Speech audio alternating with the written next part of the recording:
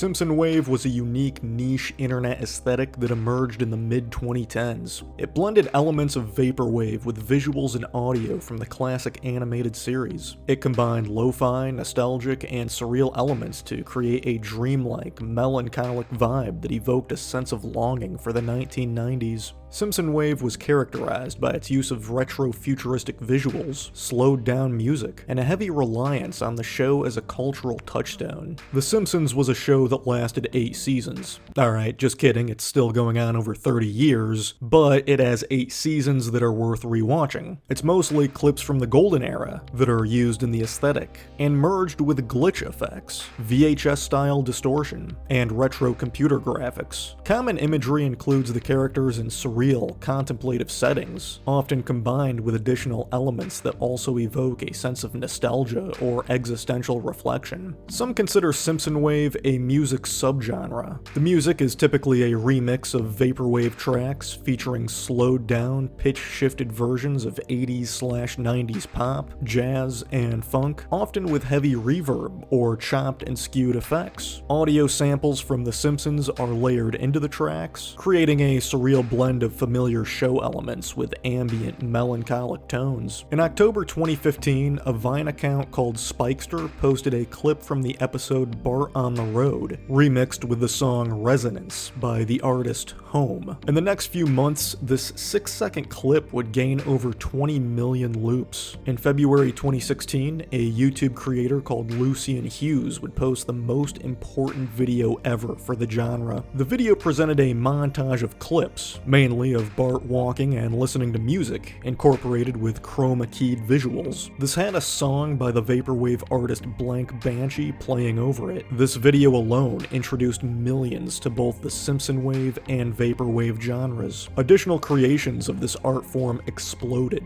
A couple months later, Lucian Hughes would post Crisis, which would be one of the most emotional videos of the genre. This featured a remix of Homer's most contemplative moments while the song Decay by the artist Home played. That same week, creator Frank JavC would post How to Simpsonwave, where he outlines how these videos are made. He shows how he took clips from season 6, added wavy music that rips off a vaporwave producer, then added VHS distortion and additional effects. He then shows his creation, which would be called Simpsonwave 1995, which would feature a remix of that iconic song Resonance by the artist Home. Well, Frank JavC talked like he was intending to mock the genre. He created something that contributed to the genre, making it one of its most popular creations. Viewers would say he made their all-time favorite video of that niche. This represented something powerful about the Simpsonwave aesthetic. The more you tried to mock it,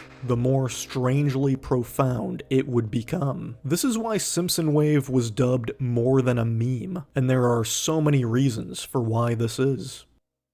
By this point, enough time has passed that Simpsonwave now weirdly exists as nostalgia for something that also represents nostalgia. It is a reference to a reference. Fittingly, Simpsonwave is a deeply meta art form because of what the show itself represents. There's this idea of a 20-year nostalgia cycle. At least 20 years will go by, and people will revisit and romanticize the aesthetics, music, fashion, or cultural touchstones of the past. This is often driven by a mix of generational dynamics and emotional connection. The mid-2010s marked 20 years since the peak of The Simpsons, making it emerge in this cycle. There's no question it was huge in its day. It is arguably the greatest television show ever created. While the show was intended as a satire, it genuinely became sort of a mirror to society. You weren't exactly watching a show about yellow cartoon characters. You were watching a show about you.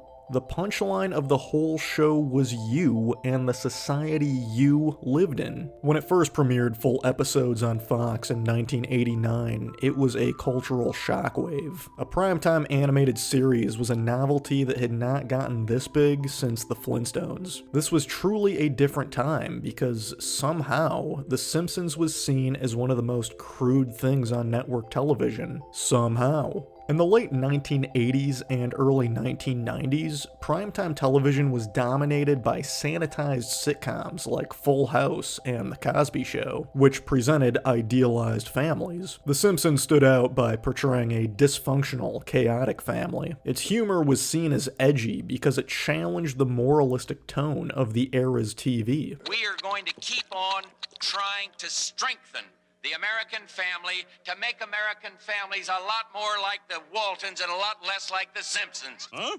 However, beneath the shock and satire, the show always had a heart. It had a focus on the messy, relatable dynamics of the family. This duality allowed it to evolve in the public's perception over time. Through the 2010s, as the golden era receded into memory, the show began to be seen as wholesome and comforting, predominantly for millennials. The same show, once deemed crude, became a cultural institution, syndicated endlessly and quoted in everyday life. Moments like Marge and Homer's reconciliation scenes, or Lisa's struggle with identity, hit as deeply as the show's ridiculous gags. This shift was about how audience projected their own lives into it. As viewers grew up, the show unironically became less of a parody of society and more of a reflection on their own childhoods, families, and values. Viewers saw their own families, workplaces, and communities in Springfield's weird world. Simpsonwave captures this transformation perfectly. By stripping away the show's comedic pacing and replacing it with slow, melancholic music, it highlighted the show's emotional undercurrents, the same kind of emotions we go through in real life. It was a place for processing life's complexities, from mundane struggles to existential questions. So how much of Simpsonwave would really be a parody then? And with so much of its meta-evolution, how much of The Simpsons itself is really a parody?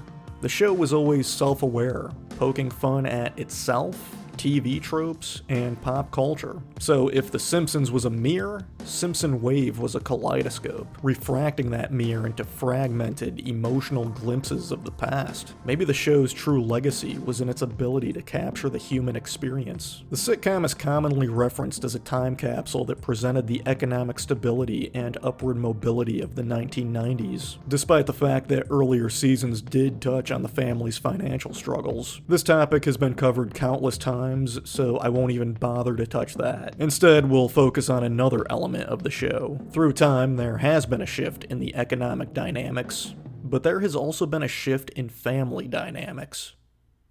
The family sitcom was always a timeless formula for television, but when the family sitcom became animated, this took that formula and made it possible to become eternal if it wanted to be. The Simpsons is culturally recognizable. The age range of its main characters made it have wide, multi-generational appeal. While each member of the family was far from perfect and far from a role model, they each had their own kind of ambition and built their own sense of identity. Homer was the flawed everyman, bumbling but devoted to his family. Marge was the stabilizing force, wrestling with her own desires and societal expectations. Bart embodied youthful rebellion, but also vulnerability. Lisa was the intellectual outsider who was always dreaming. Each character's flaws were balanced by their role in the family.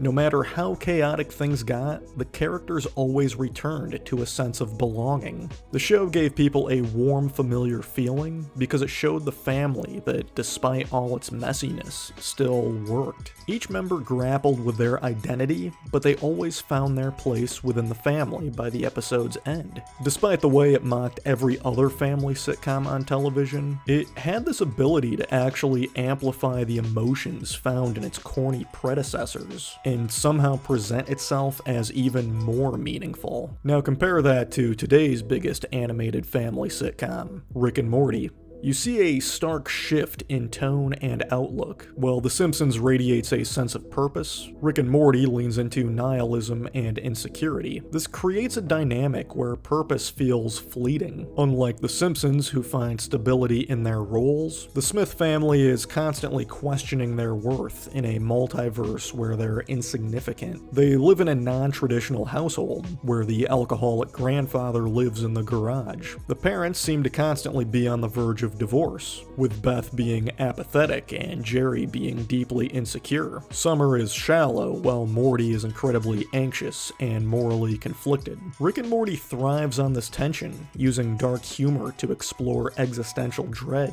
It can leave viewers with a lingering unease, reflecting a modern anxiety about identity and meaning in a world that feels chaotic and indifferent. However, Rick and Morty still works, and it does a phenomenal job at it. This show is also a satire of our era that makes us wonder how much of the cartoon is really a parody. The contrast between these shows represents a major cultural shift. The Simpsons came from an era where family, however flawed, was a bedrock of identity, and its satire still believed in something established. Rick and Morty reflects a more fragmented time, where infinite possibilities breed doubt and the search for meaning feels like a cosmic joke. Yet, both shows resonate because they each show us parts of ourselves. The Simpsons shows our need for connection and place, and Rick and Morty shows our fears of losing both of those things. Nobody exists on purpose. Nobody belongs anywhere. Everybody's gonna die. Come watch TV. In the midst of uncertainty in modern society, the art of Simpsonwave shines a nostalgic glow, reminding us of the comfort and familiarity of the past. This nostalgia is a double-edged sword. Though it pulls you into the shimmering haze of watching syndicated reruns on TV, it never exactly lets you settle comfortably in that warmth. It's bittersweet, weaving together joy and sorrow in a way that feels truer to how we actually remember. The laughter and comfort of those old episodes comes rushing back, but you realize the undercurrent of melancholy that was always there, even in the brightest moments of the show. The aesthetics flickering VHS static and dreamy music remind you of the story's imperfections, the quiet sadness that lingered beneath the surface of those times you thought were so simple. Simpsonwave is more than nostalgic indulgence. It's beautiful because it doesn't lie to you about the past. Those moments watching the show had carefree laughs, but they were tangled up with the messiness of growing up and the weight of expectations. The music, with its mournful tempos, feels like it's mourning for those illusions we had about the days we lost. It's as if the art form is saying those times were beautiful, but they were also heavy with things you did not understand yet. This honesty is what keeps Simpsonwave from being a trap of nostalgia. It forces you to confront the sadness woven into those memories, the uncertainties at home, the anxieties of adolescence, the fleeting nature of moments you did not know you would miss. Its beauty lies in this refusal to sanitize the past. It holds a space for the joy of The Simpsons' humor and heart, but also for the quiet grief of realizing those days are gone, but they weren't exactly perfect to begin with. The first few seasons of the show were incredibly grounded for an animated series, and dealt with some serious topics. In the episode Homer's Odyssey, Homer is responsible for a workplace accident, getting fired from his job, leaving him unemployed. He searches for new employment but faces repeated rejections. With no income, he feels the pressure of providing for his family, leading to growing feelings of shame. Overwhelmed by his failure, he sinks into despair, isolating himself emotionally. In his lowest moment, he writes a farewell note to his family, and leaves home to walk to a bridge, intending to jump off and take his own life. And this was the third episode of the entire series. The raw, emotional weight of episodes like this represents why all of this resonates so deeply with so many people. The show itself was more than just a joke. It presented real, painful human struggles beneath its humor. There is a connection between the show's early depth and its later cultural reinterpretation that ties the intimate struggles of its characters to the collective nostalgia of generations grappling with a fading past. I used to watch reruns of the show's golden era every day after school. As crazy as this sounds, growing up I thought the show was sort of niche, like not that many people were really watching it. It wasn't until I saw the movie in theaters in 2007 that I realized just how massive of a cultural influence this show had, and also how I was observing the literal remnants of a media empire. I realized the show had far more of an impact on the generation ahead of me, and the reruns I was watching represented a completely different culture that was becoming more outdated with every passing year. I was not alive for its peak. My interpretations of what the show represented were remixed and fragmented, combined with other elements, just like the Simpsonwave aesthetic. There is an Instagram account that posts pictures of empty places in Springfield void of people. These scenes are beautiful, but they also represent something strange. The images of empty places, like a deserted Springfield elementary hallway, a vacant Moe's Tavern at night, or a silent Quickie Mart bathed in twilight. These images carry a haunting beauty that feels out of place in a cartoon known for its loud humor and chaotic energy. These liminal spaces, stripped of the characters that usually fill them with life, tap into an existential unease that resonates far beyond the show's comedic roots. There should be characters in these spaces, but there is not. Seeing Springfield without its people is like stumbling into a memory after everyone's gone home. The party is over. The familiar settings were once bustling with Bart's pranks and Homer's antics, but now they are eerily still, as if time itself has paused. This emptiness evokes a quiet reflection on the absence of the moments and meanings we attach to the places we know. It's unsettling because the show is supposed to be silly, yet these vacant scenes mirror the real-world feelings of walking through a once lively place, like a childhood home or an old hangout, and realizing things have changed. The stark beauty of these images lies in their ability to make you feel the weight of what's missing, stirring a vague existential ache for the fleeting nature of presence, and why even the most vibrant worlds can feel hollow when left behind. This is why these images can be used so often in the Simpsonwave edits. So why has Simpsonwave been described as more than just a meme? These are just some of the many comments people have left on these videos. The song was made just to be a meme, and yet it's so good. I get a really weird feeling when watching this. I don't know how to explain it. Yo, I'm actually enjoying these unironically. This makes me so sad, and I don't even know why. I honestly think there is some kind of deeper message here. This is weird, but I like this unironically, and I have no idea why. This makes me miss something I never had. This, even though it's The Simpsons, this is emotion. I miss this movement, to be honest. R.I.P. Simpsonwave. You made the 2010s a great decade. Neon lights, futuristic and almost empty environments, synthwave playing in the background as you watch the city, it all makes me nostalgic for something I haven't experienced. I know it's supposed to be a meme, but this is flawless, absolutely amazing. This song represents my childhood mixed up with my future at the same time. This feeling gives me shivers down my spine every time, in a good way, but also a strange way. Well, it just hit 1 a.m. The night is quiet, and who even reads the comments on videos this old? It makes me sad. This is so deep and so sad. And yet I keep coming back to this channel, hoping for one last Simpsonwave, one last VHS overlapping an old forgotten beginning of a later dead show. I need one more. I think I've pinpointed why this is so appealing to me. It's like watching memory. It's like watching The Simpsons filtered through a child's mind. That moment when you realize you are not Bart anymore. Now you are Homer. What have I done?